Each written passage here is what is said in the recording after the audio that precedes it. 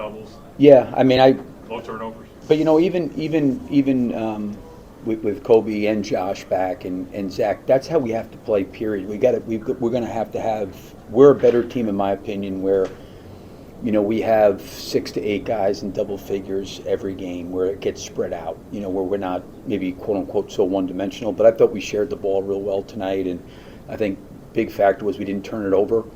We got hurt a little bit on the glass in the first half, but maybe a lot. And, we didn't shoot it great from the free throw line, but I thought our intention, the way we were playing and trying to play on both ends of the floor was good. So I think it was, a good step, considering the fact that we had to kind of adjust quickly with those 3 guys being out all kind of relatively at the same time. You went with Jalen in the starting lineup rather than two guards, and he played well. Was that a matchup thing, or is that something you're going to just kind of look at as you move forward? I think we're probably going to have to be a little bit flexible in the lineup just based on, matchups and stuff. But, they generally have played big, right, for the last several games and just thought it was a good matchup that way for us. And, I think the numbers for us, even prior to some of these injuries, it's been really more Jalen and Zach playing together that those numbers have been good for us. And it's a pretty, I wouldn't say it's a large sample size, but it's a pretty decent amount of possessions. So, I did think we got a little bit last game against Minnesota. Vooch and Jalen just kind of who's rolling, popping, kind of some of that stuff playing off of each other. And I think yesterday we were able to kind of clean some of that stuff up. And it's a lot on Jalen's pick. I would say, when you're a perimeter player, it's a little bit easier. But when you start going into the center spot to a perimeter spot, a lot changes. And he's handled it pretty well and has given us flexibility to play with those 2 guys together. You've been very positive about Trey. Nice haircut, by the way. Well, actually, when I went in, they said, "Give me a Billy Donovan." Okay, nice.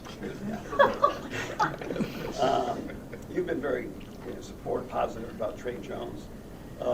It seems like when you get the opportunity, he could really be kind of an ideal director, sort of orchestra conductor. What did you see from him tonight? Yeah, I mean, I think that's what he is. I do think the team took care of the ball. We obviously had 33 assists, but he's the one guy that does a really, really good job of that. He really has got great security with the ball. He's very, very smart. He gets people organized. He's like a real, true lead point guard, in my opinion. And I think he knows when the game needs to be pushed. He knows when it needs to be slowed down a little bit. He can recognize matchups, who's guarding who, what things to get in and out of. And he's a really, really good communicator. Why do you think he's been, obviously before he came here, so overlooked? Was it just opportunities in different places and, what teams were doing there? But it seems like he's sort of a natural point guard. Yeah, I mean, I do think, sometimes guys get into situations where maybe the opportunity hasn't presented himself to play the kind of role he's played for us, and I know he enjoyed his time in San Antonio. There was a time early in his, I think, rookie year they were playing quite a bit in the rotation. I always had a great deal of respect for him, seeing him play at an early age. So, it kind of worked out really, really well for us considering the way the trade happened, that we were able to get both he and Zach from San Antonio, and then obviously getting, Kevin from Sacramento. I think all 3 of those guys have been a great addition. But for our team, I think he's the one guy that can be a really, really good, just a catalyst, just a almost like a old school point guard. I think so much of today's game, the point guards can really score. Not to say that he can't score. He scored today, but he's not thinking the game through that lens. He's thinking the game, I think, through the lens of the 4 other guys, matchups, defense, what's going on, that kind of stuff. And he does a really good job, I think, communicating that stuff to the rest of the group. How ideal is that line? Not missing a shot, it doesn't assist. I think it was none of 1 turnover, 20 points. It's almost a perfect line because when you look at it as a coach, you say, boy, if a guy has that line, Yeah, no, you can't. I mean, listen, the shots could have, gone in or out, but he makes the right plays, he makes the right decisions. I got a little upset with him. I kind of yelled to him. He kind of smiled at me because he tried to throw that bounce past the end of the game late, and Isaac kind of lost it. But he generally's got really good poise. He's got really, really good patience. I think he leans into the moment, and he's really, really, really competitive. He's really competitive. And, he's, like I said, he's been great. I obviously coached his brother with the USA stuff. and loved him as a player. And the same thing could be said for Trey. He just it's a unique line because he impacts the game in so many different ways. You look at his offensive line, but the other thing too is defensively. He guards a lot of different people, and he's really, really good on the ball, and he's good in pick and roll coverages. He's with Kobe and Josh being out. We needed someone to maybe take over more of the point guard responsibility, and he was able to do it along with Io. Go ahead. Just curious about Isaac. Obviously not a big-time scorer, but 24 tonight, and it just seems like he moves so well without the ball and kind of finds spaces on the court. What did you see from him?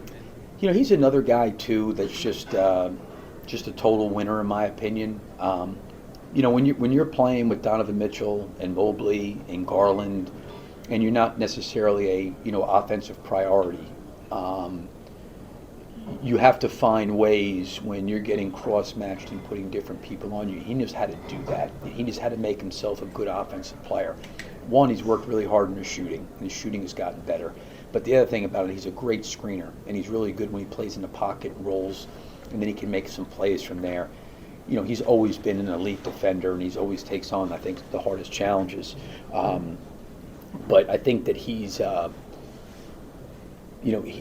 I think a lot of times when you're in the situation, in the role that he was responsible for in Cleveland, he just accepts it and will do whatever's best for the team. And I think that's what his mentality was. I don't think that he's not this guy that could not score, can't score. I just don't know if the team in Cleveland called for it. Now, I'm not sitting there saying that he's this elite big-time scorer, but he's capable of putting it on the floor. He's capable of getting out in transition. He's capable of taking catch-and-shoot shots, driving it, making passes. And he's, just maybe had more of an opportunity to do that, with us because, one, we've had some guys out, and two, with the way we're trying to play, when the ball does find him, he can make plays. Billy, one about, the significance of this victory in terms of timing. Again, it's one victory, the games keep coming. Right. But given you guys have lost 2 in a row, you lost to this team twice, and these injuries are a little bit They're significant. much. They're significant. Now, listen, we got to, was the point I was trying to make after the Minnesota game was they're going to keep on coming, right? It's not stopping. So what do we just sit back and say, well, we just got to wait to get healthy? Because there's no guarantee if we're healthy. We're just going to win games. You still got to play. And I think it's the way the NBA is going with all the injuries, and you hate to see it, but teams are being impacted by it. And I get you get impacted by different kind of player, different types of players being out. We have 2 basically point guard ball handlers out. I know we got a physical post player out. I know that impacts us, but it's an opportunity for the rest of our group to step up. You know what I mean? And again, I thought our intentions were really good the way we played the game. Not that we were perfect, but I didn't feel that way coming out of the Minnesota game. Right. Not that our intentions were, but we just didn't respond physically like we needed to. And I thought today we tried to put forth a really good effort in that area. So, it was great. I give these guys a lot of credit. I mentioned after the game, it was 7 games with all those injuries, and we, lost them all. We got to be better, with the group that's available to play. And I thought in a lot of ways, a lot of guys contributed in a lot of different ways. Last one. Billy, just wondering what your thoughts are about Patrick. Had 12 points tonight, a couple of 3-pointers. Obviously, his future remains up in the air, with the trade deadline approaching and so forth. But just wondering what your thoughts were about his performance tonight, and what do you expect to see from him going forward? Yeah, I thought he did a good. I closed with him tonight. I thought he played really well. He made a great play along the baseline. He had that dunk where he got fouled. He made some threes. Defensively, the physicality of being able to have him and Isaac out there, they can guard. At least they've got bigger bodies to kind of throw onto Zion a little bit, But I thought he played really, really well. I was happy and encouraged to see that. And, these opportunities present themselves. And Patrick's had a lot of opportunities earlier in his career, and maybe not as much, this year, but with some of the guys that are out, he's going to get that. We need him. And I thought he really contributed in a really good way today. Thanks, a lot, guys. Billy. We Yep, appreciate yep, having thank you. you. Run on this team, try to push the ball, keep it moving. Yeah, that's our identity. Teams know we want to play fast, we want to play in transition, and from day one, that's the goal. And I know I'm a transition player. I know everyone on this team wants to get in transition, so we knew that they didn't want to get back in transition. Especially Quinn and Zion and their bigs, we want to run them and transition, get easy points off of that. Well, you guys, that's the other thing. You want to play that way, but lately you haven't been playing as much that way. And it seems like you got back to it pretty efficiently tonight. Yeah, like I said, with the guys that are out, everyone knew that we had to take, another level step, and being competitive and doing the things that we've been doing from day one in training camp and stuff like that. We knew we couldn't have any letdowns. We knew we had to kind of play so-called a perfect game or whatever, just to, be in it. How about you? You're a guy who doesn't usually get more offensive opportunities. There have been several halves this season where you haven't even taken a shot in the first half. So is that more you're just a guy who wants to fit in with the flow according to what's going on and then take your opportunities as they arise? Yeah, I've always been a guy that I'm never going to force any type of shots. I'm going to let the game come to me. If I'm open, I'm going to shoot it. If I'm in transition, I'm going to get to the basket. Never like to force any type of shots. I've always been a guy just let the game come to me. I think that was, believe it or not, that was a career first half high for you. Kind of feel good to, in that sense, get some scoring up on the boards. Oh, wow, I didn't know that was a career first half high. Well, that's good to know. I feel like everything was clicking, like just getting in transition, doing what I do, getting into the paint, finding my teammates. Teammates were finding me open. 3 balls falling, so everything was clicking. Isaac, Billy went with Jalen in the starting lineup tonight to kind of, with 2 guards out, he started Trey, but Jalen in the starting lineup. What do you like about that double big look that you guys have been using a lot lately? It's been great. Jalen's been huge for us, like the past 5, however, so many games since he's came back. He's protecting the rim. He's being very vocal out there. He's spraying the floor on offense, shooting the ball well, attacking the paint. He's being very aggressive. So Jalen has been huge for us, and you can see it anytime he's on the court. I feel like it's always a positive. From just like an emotional perspective, after losing Kobe and Josh, was there anything of this game like relief that you guys were able to still get to that same level without them? Those 2 guys, those are, they had a snake for our team. They had the ball in their hands a lot for this team, so we knew once they went down, it was kind of, shocking last game that happened during the game, but yesterday during walkthrough practice, we knew that each and every single buddy had to be a little bit 1% better in their role. Whatever your strengths were, you have to be extra better in those strengths. Don't try to do anything that you don't usually do because they're not on the court, but just excel in your strengths.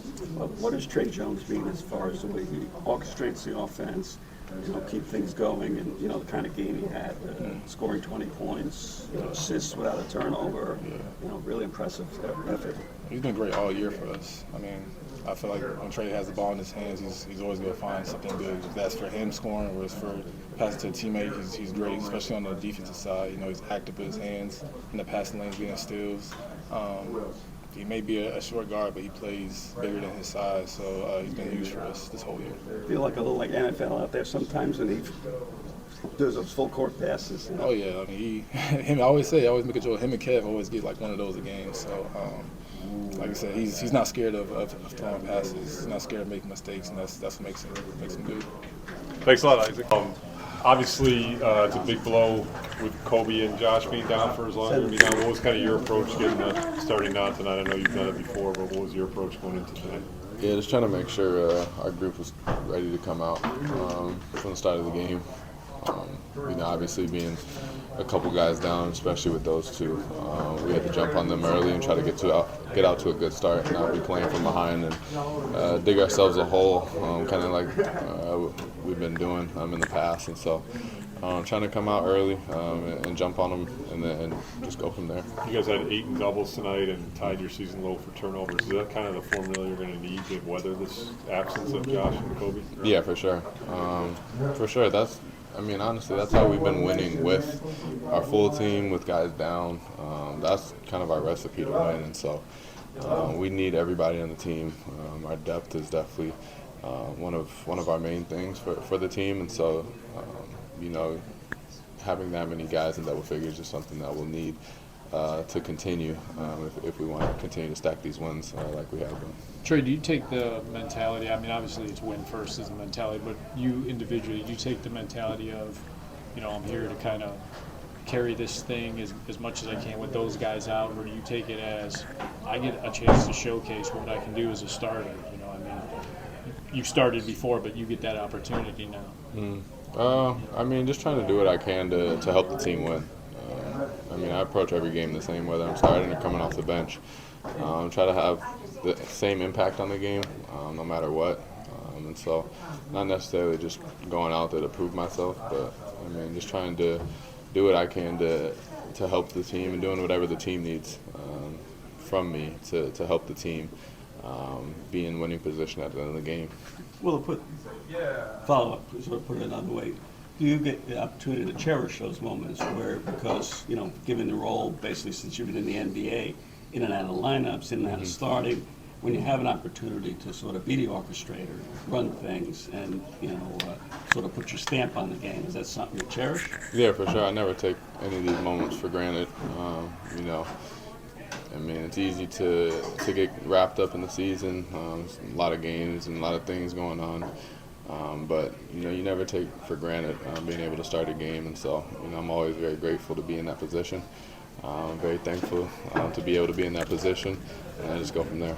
Do you look at the box score and see, you know, perfect shooting, dozen assists, 1 turnover, 20 points, and go, holy shit, wow, I do that? You know, it's a pretty special box score. Yeah, for sure. Definitely a good way to go out on the year and head into the new year on a good note, for sure. But, I mean, you know, we played very good as a team tonight. We came out ready. We were hitting shots. We were getting stops. And those things just, I think, kind of led into all of us hitting shots and playing well. Here's how special that game is, though, to Sam's point. Bulls PR just tweeted it's the first time in NBA history someone's had 20 points, 12 assists, 1 turnover, and shooting perfect percentage from the floor. All these crazy stats. It is a crazy stat, but it's the first time in NBA history. That's pretty cool. Jordan could have done it, he just didn't want to. Exactly, yeah, don't tell him. He'll come out of retirement.